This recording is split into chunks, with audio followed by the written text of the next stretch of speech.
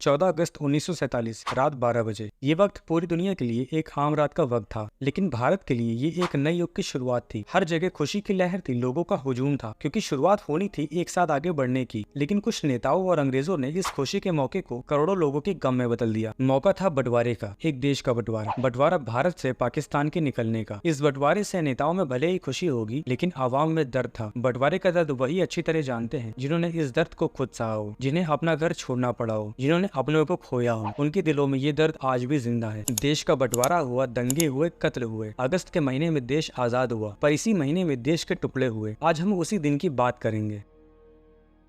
14 अगस्त 1947 दिल्ली के princess park में तिरंगे को सलामी दी जाती है। वो पल न सिर्फ भारत के लिए बल्कि पूरी दुनिया के लिए बेहद अहम था, क्योंकि अब अंग्रेजों का शासन भारत से खत्म हो गया था। अब यहाँ से भारत देश एक नई दिशा की ओर चलने वाला था। अंग्रेजों के खात्मे की ये कहानी 1947 की शुरुआत में ही लिखनी शुरू हो गई थी। ब्रिटेन में क्लीमेंट एटली की सरकार को ये उम्मीद थी कि भारत बिना किसी बंटवारे के सुलह शांति से आजाद होगा, लेकिन अफसोस ये उम्मीद टूट गई और 3 जून 1947 को क्लीमेंट एटली को ऑल इंडिया रेडियो पर यह अनाउंस करना पड़ा। India, after many centuries of internal disunion, कि सदियों से छितर बितर पड़े हिंदुस्तान को हमने यूनाइट किया। हमें उम्मीद थी कि ये एकता देश के आजाद होने के बाद भी बनी रहेगी, लेकिन हिंदुस्तानी नेताओं को ये मंजूर नहीं है। इसलिए हमारे पास देश का बंटवारा करने के अलावा कोई और चारा नहीं है, जिसका मतलब ये है कि ब्रिटिश हिंदुस्तान का राज 2 सरकारों को सौंप दिया जाएगा। जिसके फौरन बाद पंडित जवाहरलाल नेहरू ने विदेश को संबोधित किया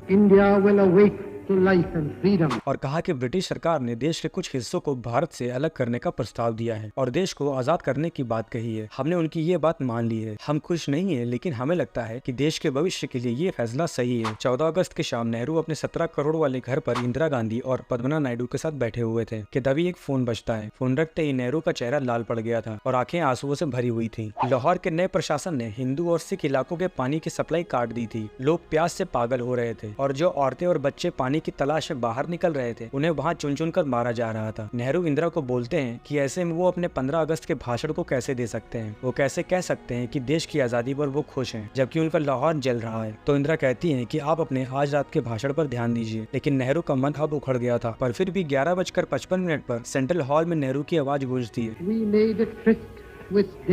और ये वो भाषण था जिसे अ ट्रिस्ट विद डेस्टिनी के नाम से जाना जाता है, जिसमें वो कहते हैं कि हमने नियति के साथ एक वादा किया था, पर अब समय आ गया है कि हम उस समय को पूरा करें। शायद पूरी तरह नहीं, पर कम से कम जहाँ तक हो सके वहाँ तक तो जरूर। आधी रात जब पूरी दुनिया सो रही होगी, तब भारत जीवन और आजादी की नई सुबह में अपनी आंखें खोलेगा। सूरज की पहली किरण के साथ आजादी की नई सुबह होती है, लेकिन ये कोई आम सुबह नहीं थी, क्योंकि इस सुबह को पाने के लिए भारत ने अपने बहुत से वीरों को कुर्बान कर दिया था। हजारों कुर्बानी से मिली ये खूबसूरत सुबह एक खुशी तो लेकर आई थी, लेकिन इसी के साथ एक दर्द भरी दास्तां लिखने को तैयार थी। ये दास्तां लिखी जानी थी एक लकीर से, और वो लकीर थी भारत और पाकिस्तान के बंटवारे की। इस लकीर की वजह से हजारों लोगों को अपनी जान देनी पड़ी थी और लाखों लोगों को अपने घरों से बेघर होना पड़ा था। आजादी से पहले जो देशवासी एक साथ अंग्रेजों से लड़ रहे थे, आज वही एक दूसरे के खून के प्यासे हो गए थे। इसकी शुरुआत हुई थी 6 अगस्त को, जब पंजाब के अमृतसर में 60 मुसलमानों का सरेआम कत्ल कर दिया गया। इसके 2 दिन बाद यानी 8 अगस्त को लुधियाना के जलालाबाद के पास 74 सिखों का कत्ल कर दिया गया। ये खून खराबा अब रोज होने लगा था। हर रोज लगभग 100 लोग अपनी जान गंवा रहे थे। 1947 में अगस्त के पहले ही हफ्ते में अमृतसर की जमीन बेगुनाहों के खून से लाल हो चुकी थी। यह हफ्ता पूरे देश के लिए किसी जंग से कम नहीं था। वो जंग जिसमें अपने ही अपनों की जान ले रहे थे। लेकिन अब जो होने वाला था वो इससे भी भयानक था। दिल्ली से लाहौर के लिए पाकिस्तान की स्पेशल ट्रेन चलती है, जिसमें पाकिस्तान जाने वाले सरकारी अफसर और उनके परिवार के लोग होते हैं। ये ट्रेन दिल्ली से तो सही सलामत निकलती है, लेकिन जैसे ही ये ट्रेन पटियाला पहुंचती है तो इस पर हमला हो जाता है। ये किसी भी ट्रेन पर हुआ पहला हमला था। इस हमले में एक महिला और एक बच्चे की मौत हो जाती है। खबर जब लाहौर पहुंचती है, तब बदला लिया जाता है अमृतसर आने वाली पहली ट्रेन से। पहले तो लाहौर स्टेशन पर ही 43 हिंदुओं को मार दिया जाता है, और फिर जब 13 अगस्त को लाहौर के मुगलपुरा स्टेशन से अमृतसर के लिए ट्रेन निकलती है, तो उसमें अमृतसर कोई भी जिंदा इंसान नहीं पहुंचता है। ट्रेन लाशों से लबालब भरी हुई होती है, हर तरफ खून और लाशें ही थी। इसके बाद ट्रेन पर ये हमलों का सिलसिला आम हो गया। रोजाना लाशों से भरी ट्रेन भारत से पाकिस्तान, पाकिस्तान से भारत आ रही थी। लेकिन 15 अगस्त को हुए एक हादसे ने पूरे देश के होश उड़ा दिए। 15 अगस्त की शाम पाकिस्तान से जो ट्रेन अमृतसर के रेलवे स्टेशन पर आई, उसमें सिर्फ और सिर्फ लाशें ही मौजूद थी, और ट्रेन के आखिरी डब्बे पर एक पर्चा लगा हुआ था, जिस पर लिखा था कि ये